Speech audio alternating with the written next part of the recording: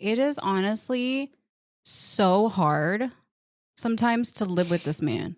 Wow. Like everything has to be his way. If he doesn't want something on, it stays off. If he wants the windows open, the windows stay open. Just anything. He wants it his way.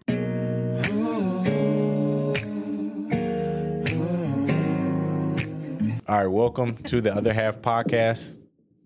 I'm here with the wonderful Erica. Hi, guys. It's me, Big Tino. You already know. Big Tino. How was your week, ma'am? Good. Had a good weekend. Oh, yeah. What'd you do this weekend? We just spent time together, so that was good. You hear that? Erica want to spend time with me. Yeah, I enjoyed Sunday. I enjoy every Sunday, except we missed church this Sunday. So. Yeah, you need to be on that, bro. And then we had to take a break from the podcast, so that's why we didn't make one last Sunday.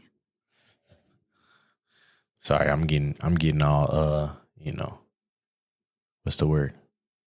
Comfy. Yeah. Whatever. Situated. Yeah, I'm getting situated. So what's our icebreakers for today? Shout out to Hella Awkward.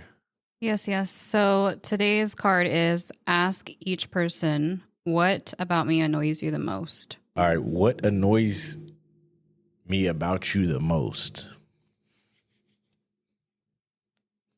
You want to hear that for sure? Yes, this is about honesty. We're transparent. That's why people want to listen. Okay, don't go too hard on me. I already know what it is. What is it? My moods. I mean, yeah. You know, I might be slight bipolar. I agree. I'm not going to lie to you, but so are you. No, I'm not.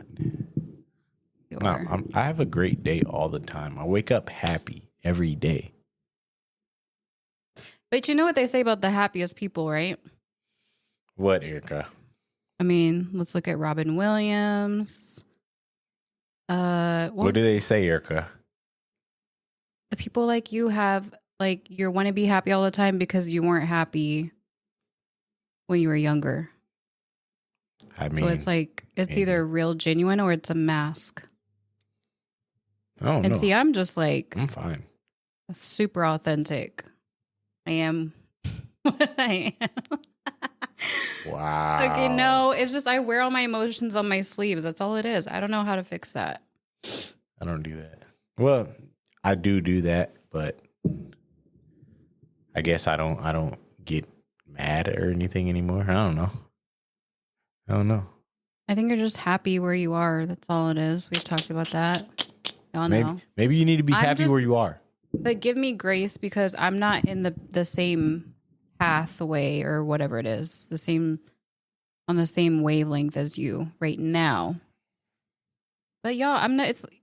Don't make me look like I'm a depressed person on here. I'm good. I just have my days. You're a woman. I have very high expectations. That's my other issue. High expectations in what? Yes, and just like my day. Like if something doesn't go my way, ruins my whole day. See, you gotta stop letting stuff ruin your day, ma'am. I know. So, right, yeah, so that's what annoys you? What annoys me? I don't know. Like if I had to pick one thing, I don't know. You know what? What annoys the hell out of me? When you say, "Oh, you're the reason she's like that," when April's acting bad. Okay. No. Okay. If anybody knows April and please, I am begging you. I will give you each $1 if you leave a comment. Being on my side because you know it's true. If you know April, it's not about sides. And you know Avery. That's not the point.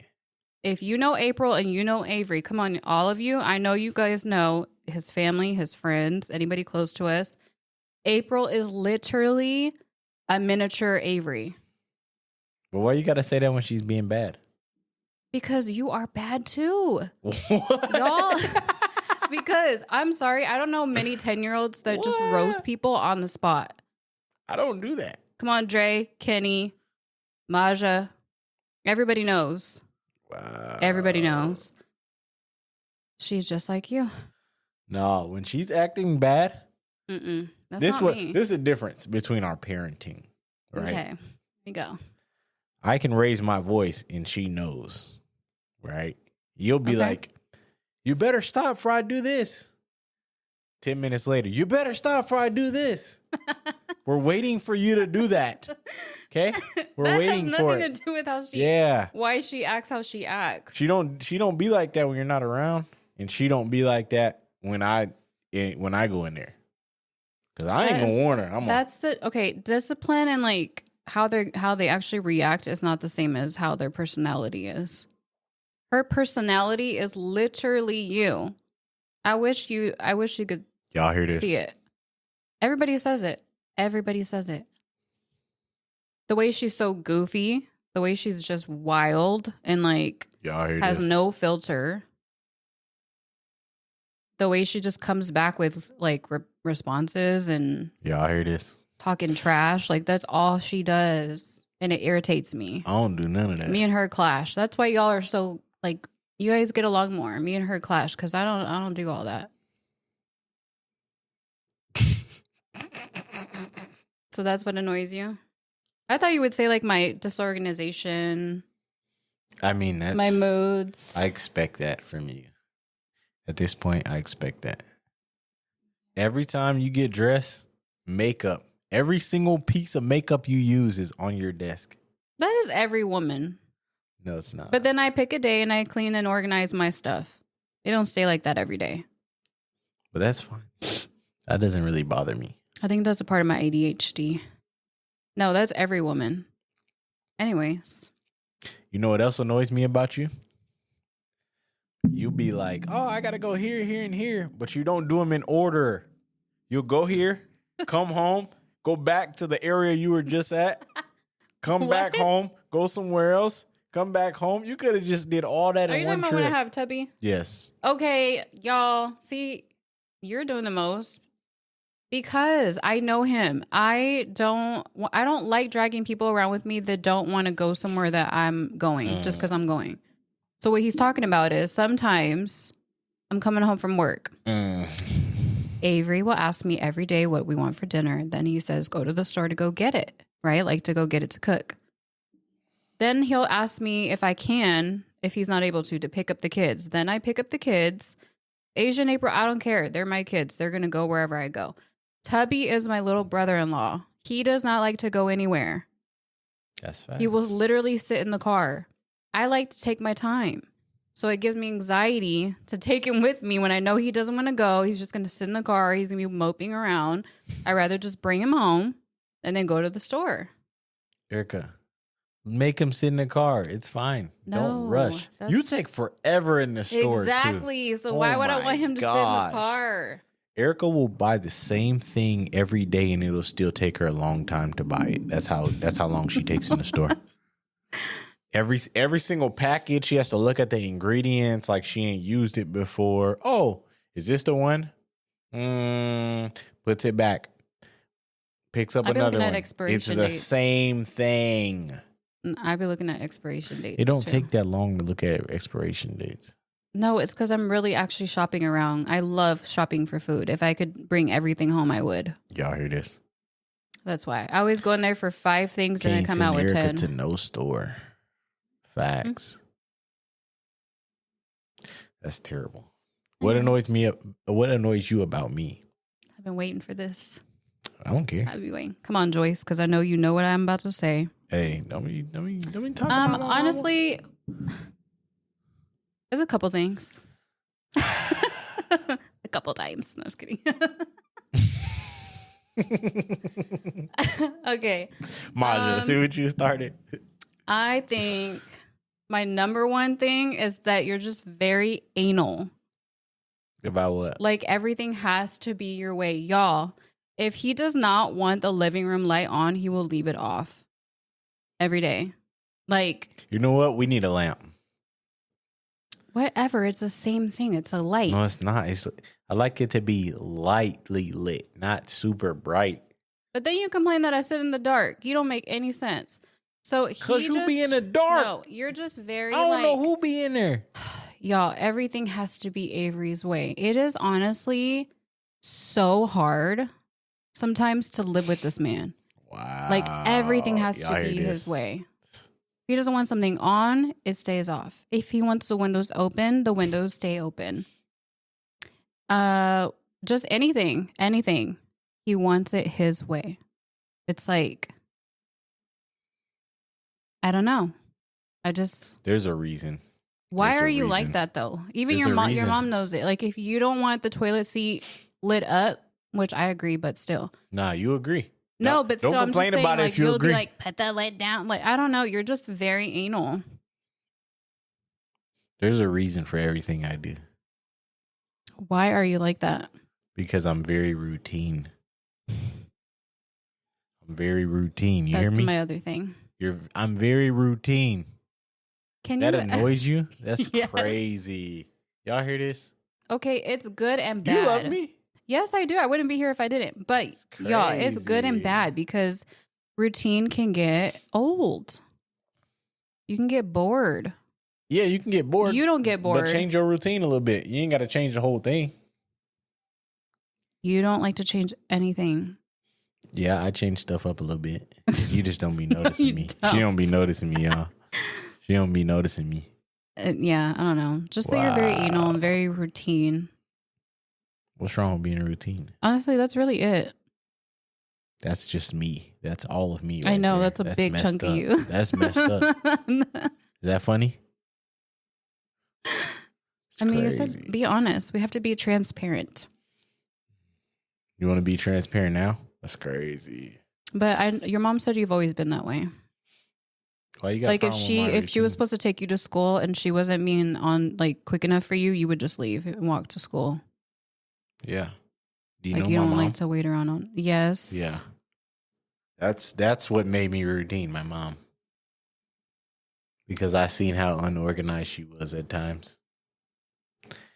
And that's when you gotta take matters into your own hands. Okay, that makes sense. Yeah. Yeah. That's crazy. You know, do you ever feel like you need to like work on that? Nope. See, I don't get that. I love being a routine. You know why? No, like work on like not having everything your way. It doesn't have to be my way. You know what? Going places, if we were on time, it wouldn't have to be my way. Doing stuff, if it was, you know, I like to be on time. I like to be, I don't know. You don't like my way? No, that's what I'm saying. It's good and bad. I feel like, yeah, you keep me on track. Because if it wasn't for you, I'd be late or I would be not on time with something. See, come on, man. Now okay, she want to complain. But That's crazy. sometimes it's like, dang. The way I do things is what I think is the most efficient way. Mm-hmm. It's efficient. So when I open the windows, saving me some money on my light bill, my electric bill. But also, I like the natural. That just roasting us to death. I like the fresh air. But it's 80 degrees inside the house. It's fine, right? Nah, that ain't. When it's like that, you can close the windows. You don't. You know, it be 74 degrees in here. You be it's hot. It's hot. Okay, you be standing over the stove. Talking about, it's hot. Yeah, you're standing over the stove. No one else in the house is hot. Exactly. It's even hotter with the stove. Let me tell y'all a story. Oh my God. There was one time I was playing the game, right? Erica's standing over the stove. It's so hot. So she turned the AC on. I couldn't feel my toes by the end of the night. It was so cold. I had a blanket on me playing video games because it was so cold. And you know what she didn't do? Turn the AC back down. Okay, do you even know what I had it on? Do you even know what I had it on that you're so cold? It was freezing. Like 72. That's cold. Went from 80 degrees in the apartment to 72. Why are you lying? It don't even be 80, bro. You be hot. Like, it is so hot. And I come home sometimes and it's so stuffy and hot. That's what I mean by you're very like, that. If I wouldn't have said anything, you would leave it like that. You don't ask anybody else that they're comfortable. But I left it at 72. But are you standing over the stove? No. Sure ain't. Anyways. Sure ain't. What's wrong with standing over the stove? Anyways, that's what just That's crazy. annoys me about you. That's mean. That is mean. Be your own people, y'all. And yeah, I didn't know that until I started living with you for sure. Like in 2016. Oh, yeah? Is that right? Yeah, because I didn't know this about you dating you. Wow, that would have changed something? No, because we lived together before we got married, so. That would have changed something? You would have left me if you didn't know? Because we lived together before we got married, and then we got married, so I already knew. Be your own people, Anyways. dog. All right, let's get to today's topic since you're bashing me. Let me find it again. Today's topic is dealing with grief and how the perspective's different from the one holding the grief and the partner trying to help navigate. But this is shout out my boy Bradley. He gave me this topic. He said, y'all should talk about this being here. Anyways, it's a weird topic because grief is, I feel like at one point I was the one handling grief and you were trying to help me, but then later it was reversed. Mm-hmm. You know what I mean? So I was dealing with grief for you. Give me a minute. Stop. Why? Ooh. My God. I don't know why every single time I think about him, that's why I can't think about him. I can't think about him at all. It's so weird because even at church, if I don't know what it is, if I hear like the drums playing, like the music, for some reason, it just reminds me of him. I think it's because I just think of him as such a regal person, or like that's what I just remember about him, that I don't know. Like if he was to just show up, like he's just, to me, just so,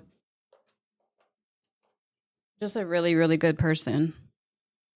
Like I've never met someone that, like, first of all, we're talking about Mike. So Avery's brother that was like brutally murdered on the day of my graduation, actually, for esthetician school. And he was murdered by somebody that was basically like a friend to him. And so, yeah, we went through that in 2023. And then I just feel like after that, was it 2023? Mm-hmm. Yeah. October 2023. And I just feel like after that, it's been so different ever since.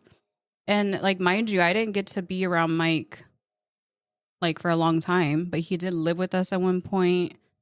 We lived in Iowa for like 6 months. So he was, at the time going through some stuff then. So I didn't get to see him a lot then either. But anytime you met him or anytime you were around him or you spoke to him, and like we would communicate. So I still feel like I had a relationship with him. And there was not ever one time that I ever heard Mike talk about somebody. Ever. At least not with me. Never like said a bad thing about somebody. Like even if I would say something, he'd be like trying to, I don't know, like he just wouldn't feed into it, basically. Mm-hmm. But yeah, he was like my brother, and it's just hard. It's so hard I just try not to think about it because I think it was really, really rough when he first passed, obviously. Like I remember when you were in the room sitting literally in a dark room. And that's when I knew. I was like you're really down bad because you never sit in the dark. Like you talk about that now with me. So yeah, that was rough. I almost felt like I didn't know how to help you. And I really don't think that there is anything that anyone can do when someone's going through grieving. You have to kind of just let them grieve, but you also don't want to leave them alone. You know what I mean? So it's a hard balance, like especially as a wife. I feel like that was hard on me because it changed our whole like household dynamic. I feel like the kids were affected. I feel like you didn't really want to do anything. It was really, really, really dark. So how was dealing with it versus helping with it? That's why I don't think it really hit me. It didn't get to really hit me because I was trying to help you. Like, I just remember trying to make sure that you were okay. And like, I would reach out to like Stephanie and Joe. And I remember that night, that's when I asked them, I said, I don't know what to do. He's in the room, like he won't come out. I tried to turn on the light. He asked me to turn it off. It was a part of you that I never saw, and I didn't know how to deal with it. So I had to reach out to help because like I just didn't know what to do. It was hard. That was like the hardest thing I think we've ever gone through. Like screw like evictions and financial issues. I think that was by far the hardest thing ever to watch you go through and not be able to like fix your pain or like help you feel that you can't, like there's nothing you can do. You can't fix it. Like it's just, yeah, I don't know. It was really tough. Yeah. Yeah, it was something else. So I feel like just trying to help you get through it, just being there, honestly, I feel like that's all you can do is just be there for them. Let them know that you're there. I think even I didn't want it to seem like I was like, what is it? Like emotionless or have like no reaction. But like, I remember one time when you were like trying to tell me what actually happened and we were sitting on the couch and I just feel like I had no, like I couldn't even cry. I had like no emotions, but it's kind of like the reverse of it because I think like sometimes men try to be so strong for the woman. And in this case, I was trying to be so strong for you because, you know, I can cry easily when I think about it. You're a crybaby for sure. Yeah. So, and then like, I think once you started to kind of deal with your, like the grieving a little bit more, then we started going to church. I think that really helped a lot. Then I feel like it hit me because then, you know, there's so much more to it. I don't even know if you want to talk about that, but like, obviously like me seeing him in my dreams and stuff and stuff happening around the house. Like, I just feel like he never actually left. Yeah. So then I feel like that's when it really started to affect me. That makes sense. What about you? I mean, grief is something that I've always dealt with, but it's never, over the years, it's hit closer and closer. And this is the closest it can possibly hit. So I lost friends. I lost my grandma. I lost a lot of people. I mean, I've lost a lot of people since we've been together, but this is the first person you've lost. So for me, it was like, it was bad at first. It was so bad. But then it got to a point where I had to realize like you were going through it as well as me. So then I had to not only like deal with mine, I started to hide mine a little bit and try to be there for you. But yeah, it's tough because everyone handles it different and everyone is like, there's no right or wrong way to handle it, but there's no easy way to handle it either. Yeah. So, especially when it's not just the two of you grieving, you have kids that you have to still be present for. Yep. You know, so yeah, I don't know. That was tough. Like that's all I can say. I know. I just feel like, I mean, it still is, but it is. It's not as fresh. I know. I actually been thinking about it a lot recently because I'm like I have a big picture frame of him in our living room, and anytime somebody moves it, like it was moved yesterday, I'm like, who the heck moved him? Like, I want him right there where we could see him.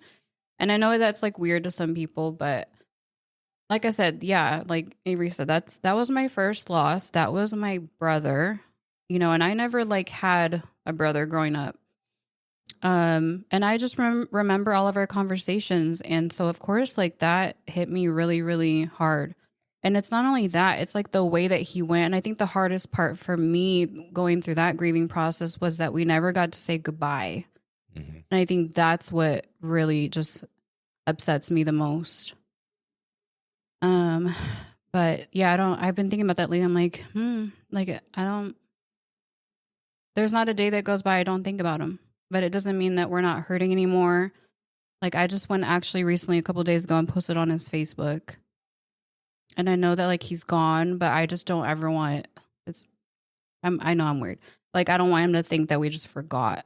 Yeah. Because I hate when people do that. Like, people show up, you hear from people you've never heard from before. Like, I remember when people would just reach out to Avery that he hadn't even heard from in years. And it's like everyone wants to come together, and then over time people just forget. Yeah. So Yeah, it was. I don't wish it on anybody. I don't know. It's crazy still. It's a crazy situation. I could have dealt with car crash. I could have dealt with sickness. Mm-hmm. I could have dealt with a lot. It's the way it happened.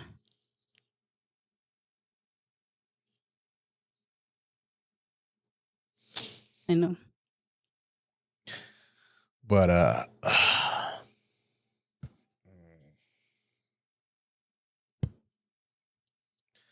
I could have dealt with a lot, but this one was hard. I have friends overdose. I've had my grandma die naturally. I've had people die from cancer, but this one is different, and it's a lot more harsh. And even like dealing with the case, it's a lot more. Mm-hmm.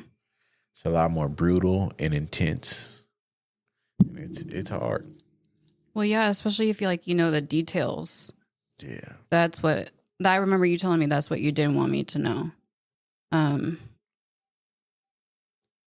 But yeah, I feel like the details. You're right. Like it does make it worse, because then it's like that's all you remember.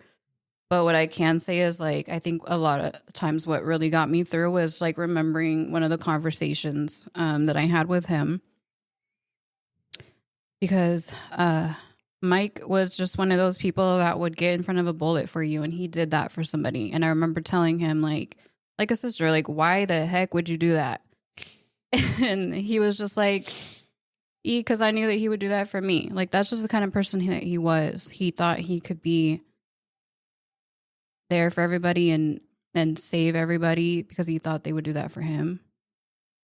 And I just remember him being like, everybody's got to die at some point, basically. Yeah. Like, he just, I don't know. I really don't feel like he was afraid of going. Yeah. Because I knew he knew that was always a possibility. So for me, it's like, yeah, I don't know. I think he just looked at things so differently. Like, he, even when he was shot and almost paralyzed for getting in front of a bullet for his friend, he still said, God is great.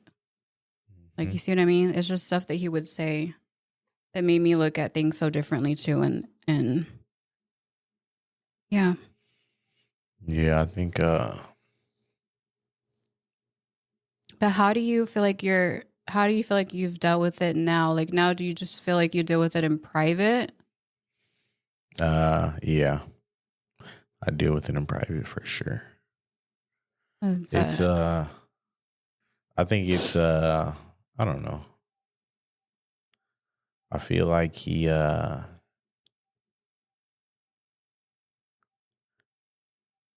don't like to deal with it not in private anymore. You know what I mean? Like, it's because every time it hits, it's in private. Like, even the other day, I teared up at church for a second, and I just, shook it off. But that's the only way I really can deal with it, because when I'm not in private, there's other things going on. Mm-hmm. So you can't really think about stuff like that, Yeah, is it something that like comes up though in church, or because I feel like that's when it seems to affect you? No, it just comes up randomly. It'll be something super random that you think of. Yeah, all the time. But yeah, I don't know. It's just one of those things, I guess. Something you have to learn to live with, and it sucks to say that. I was when it first happened, my cousin made a post on Facebook, and she passed away, and she was supposed to be at that funeral. So her sister Ivory was the one that I was like, whenever I had a rough day, I would message her like, I can't sleep tonight. And she would do the same with me. And we were like going through that together. And her sister's funeral was like a week after my brother's. And we can be there for that because it was so expensive trying to go in the first place. So yeah, I know. I feel like since I've been with you, it's been so many people. yeah. And I think we've only been able to go to one together. But you've gone, I think you've gone without me now. A couple times. Yeah. No, we've done 2 because we went to Gale's. It was Gail's and then Mike's. Yeah. But no, those are the only 2 that I've been to. I didn't get a chance to go to the other ones. So. Yeah, it is not easy. Like I said, especially if you've never lost anybody, but I think even for you, you've lost so many people. But it's like we're talking about your brother, like your other half. You know what I mean? Like, and then like ever since then, so much has changed. Like, you know, now we have his youngest sibling with us that we have mentioned a couple times. And there's like little things about him that you say no, but reminds me of Mike. And I think it gives me comfort, like to have him here. Then you have to think about that too. It's like not only are you grieving, but then you have to, it's like other people are grieving too. And but yeah, I think for me, I just didn't want to be selfish. I didn't want it to be about me. I just wanted to try to be there for you. But it's something I don't wish on anybody. And I remember saying for the longest time, I've never lost anybody. I've never lost anybody close to me. I don't even know what that would feel like. And so I think that's why it just hit me for so long. And I would have dreams for so long because I just never felt that kind of grief before. So, but I feel like now you kind of look at life a little bit differently. Yeah. Whereas for me, as crazy as it sounds, I feel like I should be more grateful about life. I should be more grateful. But yeah, I don't know. I think to answer like Bradley's question, I think that is like the greatest part about having your best friend and being married to your best friend is because sometimes you do have to switch the roles. Sometimes you have to be there for them, even when you're not okay yourself. And then sometimes the roles switch and it's the reverse. So. Yes. Grief is something that I feel like it's always been around. Like I seen my aunt pass away from cancer and she passed away. My grandma was the one taking care of her. So she passed away in our house. I don't know. I've dealt with it a lot, but it's all the feeling is different every time because it's a different person. The relationship with that person is different a lot of the times. Like with Gail, I worked with her. She was a great person. I worked with her at the YMCA taking care of kids. And she was like everybody's auntie. And then with Dijon, it's like I was playing video games with him every I remember day. being there. And then you look up and it's like, oh, he passed away this morning. Like, that's crazy. Yeah, because I remember you picking him up and us taking him somewhere too. Yep. I never even knew who that was until then. Yep. We took him to another city for work. He had to find a ride there. So yeah, that's rough. And then we know it's not over because there's, like you said, there's still a case going. But it's scary, y'all. It's scary because I feel like where it happened, I just feel like it's almost inevitable that you're gonna lose somebody. Yeah. Like it's hard, honestly, for me. If you want to know like the real raw truth, it's like I just every day I prepare myself. I feel like because I just feel like it's somebody else's next. That's how it feels like, and we're talking about just Iowa. Yep. Cedar Rapids, Iowa. And it just sucks because you just don't know who's next. And you shouldn't have to think that way or feel that way and live your life that way. That is what brings on depression, because you just feel like I constantly think about it all the time. Like, man, okay, then if somebody else close to us, then it's like we're going to go through it again, you know? And I think that's why we're just trying so hard to be there and to be helpful with like his other siblings, because we don't want this to happen to them. Yeah. You know, it would I just think be worse. the whole thing was harder for me because I'm a visual person. So he got killed in his car, and I put myself in the back of that car because that is the only way I can experience it in a way to where I have all the answers and it's easier for me to deal with the grief. Like, I still have a picture of him in the car. I know, I've never seen it. And I'm not going to show you it. Yeah, I've never seen it. I mean, I have everything and I know everything. And with that, the hardest part is the more you know, the worse it gets. But then the more you know, the more you feel like, okay, I understand what happened. And I can be at peace with it when it's all said and done. Yeah, instead of wondering what happened. Yeah. So, but see, imagine how I feel. Yeah. Because I don't know. I mean, you know the story. I mean, I know the story, but I don't know every little detail. I mean, you know everything. You know? You I'm pretty sure you know everything, but it's just you didn't see the pictures. You didn't see the, you know what I mean? No, but I can envision it.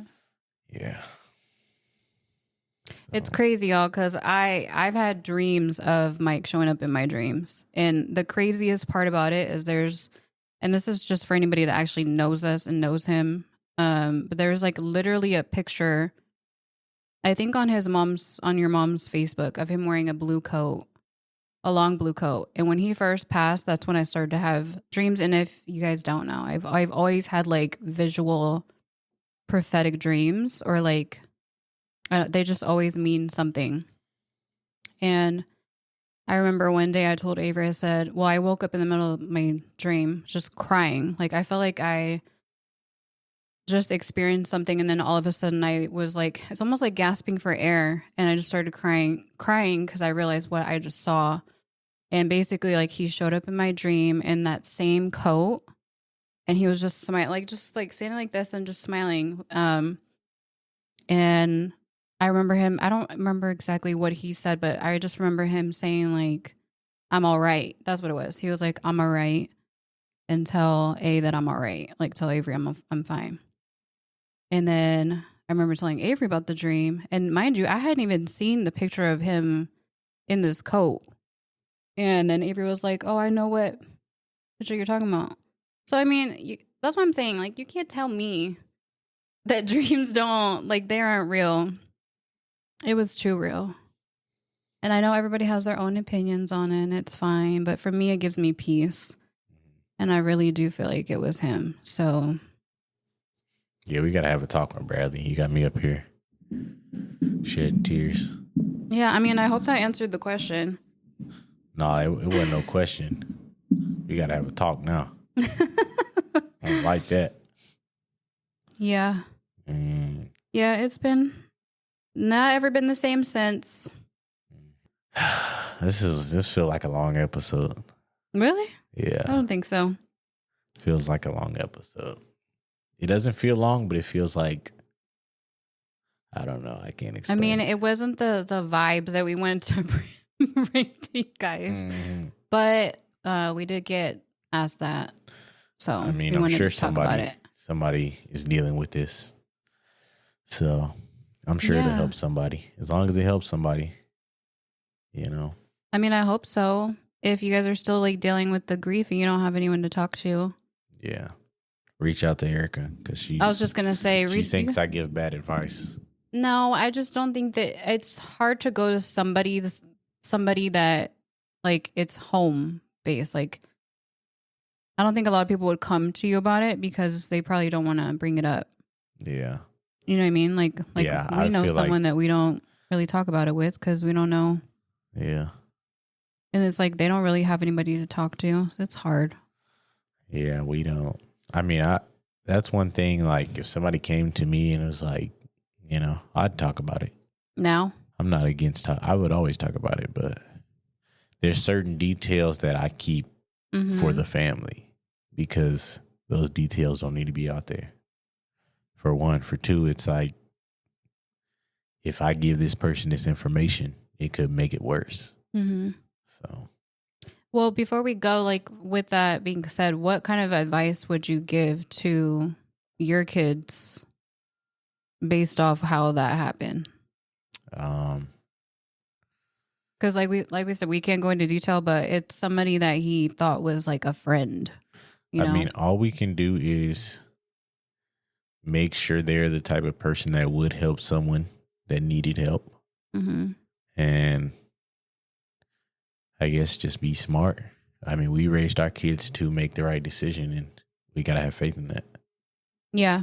Do you feel like it affected you at all, how you people around you or who you trust? I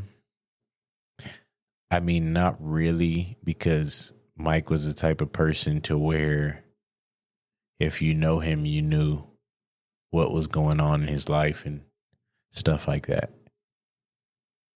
The way he carried himself versus the way I carry myself is two different things. But I understood, you know what I mean? Like, the way he is may come from how he grew up. It may come from who he was around for a certain part of his time, his life, or it could be from, whatever happened with any situation. So the way we grow up kind of, it determines. Like, you feel like that, do you feel like that wouldn't mean? happen to you? Is that what you're trying to say? I don't think it would to me. See, and I beg to differ. I don't think it would to me. Yeah. But I mean, but when you're in the streets, in the street life is different, and I'm not in the street life. Well, I mean, I think you're very selective about who you have around you. Yeah. But like, I've seen it before. Like, that's why I'm so crazy about who the girls have. When I feel a vibe from somebody and it feels not right, my mind instantly goes. See, I think I'm like traumatized by it because I feel like my mind goes there. If I feel like the girls have a friend that's a little envious or doing things they shouldn't be doing, I'm immediately like, I do not like your friend. And I don't care. It's like, I don't want them to not have friends, but that situation affected me so much that, like, I guess that's what I mean. I want them to have good discernment. I want them to really know when something doesn't feel right, or when somebody is envious of you, or they don't really like you, but they're pretending to. Because I've seen it. The girls are only 10 and 12, and some of their friends is very questionable. It's like, I tell them all the time, you need to be more cautious about who you choose to pick as a friend, and don't throw the word friend around so lightly.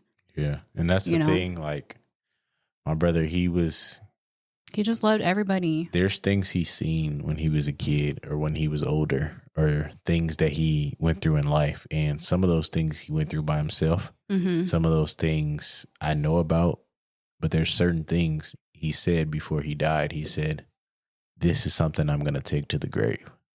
And there's certain things that he's seen in his life which determine how he handled situations or how he did this. But also, you got to realize there's certain things that are in your genes that you can't not deal with, or you cannot be. You know what I mean? Like, for me, my dad likes women. I like women, but I have to be disciplined to where, okay, instead of me being that, I know I want a family. I know I want a wife and kids. So I have to be disciplined enough to not do that. But naturally, that's just in the genetics. So there's certain things in his genetics that are. You just feel like it was, like, you basically feel like it was inevitable that it was going to happen at some point. I don't think that. Not the way that it happened. I think that he was going to make decisions that he wanted to make in general, and no one would be able to stop him from making those decisions. And he was going to do what he wanted to do because that's what he wanted to do. You can tell someone not to do something so many times. He can deal with the results of his actions so many times, but eventually the outcome is not going to be as great or as easy as the previous outcome. Yeah. So. No, yeah, I know what you mean. You have to deal with it. Karma, whether it's karma or whatever the case may be, it's just something you got to deal with. You know, karma doesn't miss. Mm-hmm. Yeah. It just sucks because I know he was trying to do better, though. Yeah. I mean, there were still little things, obviously, yeah. But I feel like he was trying to do better. Yeah. But I feel like he was trying to reach his perfection, and then that's when he went. Yeah. It's just crazy. So. But yeah. But all right, we will catch you guys in the next episode. Mm-hmm. Like, follow the podcast, subscribe to the channel, follow us on our Spotify and Apple podcasts. Share and all our that. videos. Share our videos. Let us know what you guys want us to talk about next. Let us know what you guys want us to talk about next. What else? Hey, don't forget my question about Avery and April, though. Y'all better leave a comment. Tell him. Now that you ain't got to do. All right. All right. We'll see you guys on the next one. Bye.